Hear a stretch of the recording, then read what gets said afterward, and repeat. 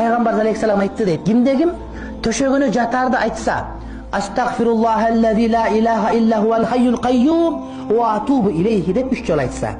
Астагфируллахаллази ла илаха илля хуа ал хайюл кайюм ва атубу илейхи 3 жолу айткан болсо дейт, мунун күнөөлөрүн кечирет Кудай Таалам, эгерде ушул күнөөлөрү деңиздин көбүгүндө көп болсо дагы, чырмалышып катмар болуп кеткен кумдун санынча көп болсо дагы, дарактын жалбырактарынын санынча көп болсо дагы, дүйнөдөгү күндөрдүн санынча көп болсо дагы булардын күнөөсүн кечирет деди.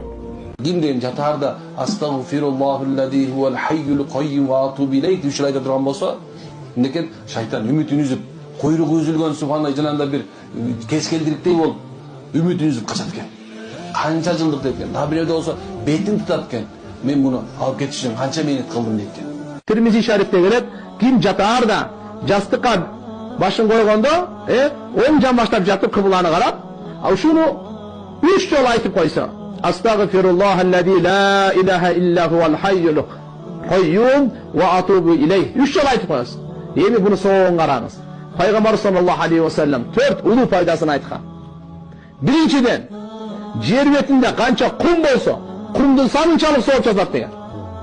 Жер бетинде экинчиси канча жалбырак болсо, жалбырактын санынчалык токойлорду элестетсеңиз, ошончолук сооп жазылат деген. Үчүнчүсү, бу дүйнөнү Алла качан жараткан? Бүгүнкү күнгө чейин канча күн өттү? Ошо күндүн санынчалык. Төртүнчүсү, Алла Таала анын күнөөлөрүн океандын көйгүнчөлүк болсо да кечирет деген. Жатаарда 3 жолу айтып коюңуз истигфар тобаны. Биздин уйкубуз дагы истигфар тоба менен болсун.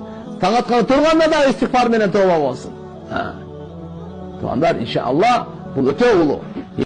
Кимде ким жатса, жатаардан алдын 3 жолу Астагфируллахаллази ла илаха илля хуал хайюл кайюм ва атубу илейхи 3 жолу айтып койсо, ага канча сооп жазылат экен? Ага анын күнөөсү океандын көйгүнчөлүк болсо да кечирилет дейт. Экинчиси, жер бетинде канча дарак болсо, дарактын жалбырагынын санынчалык сооп жазылат дейт. Үчүнчүсү, канча кум болсо, кумдун санынчалык сооп жазылат дейт. Төртүнчүсү, бу дүйнөнү Алла Таала качан жараткан, бүгүнкү күнгө чейин канча күн өттү, ошо күндүн санынчалык жазылат дейт. Демек баарыбыз мисалы уктап атабыз. Ошого сөзсүз бирөө бул истигфарды айтып уктады, бирөө айтпай уктады.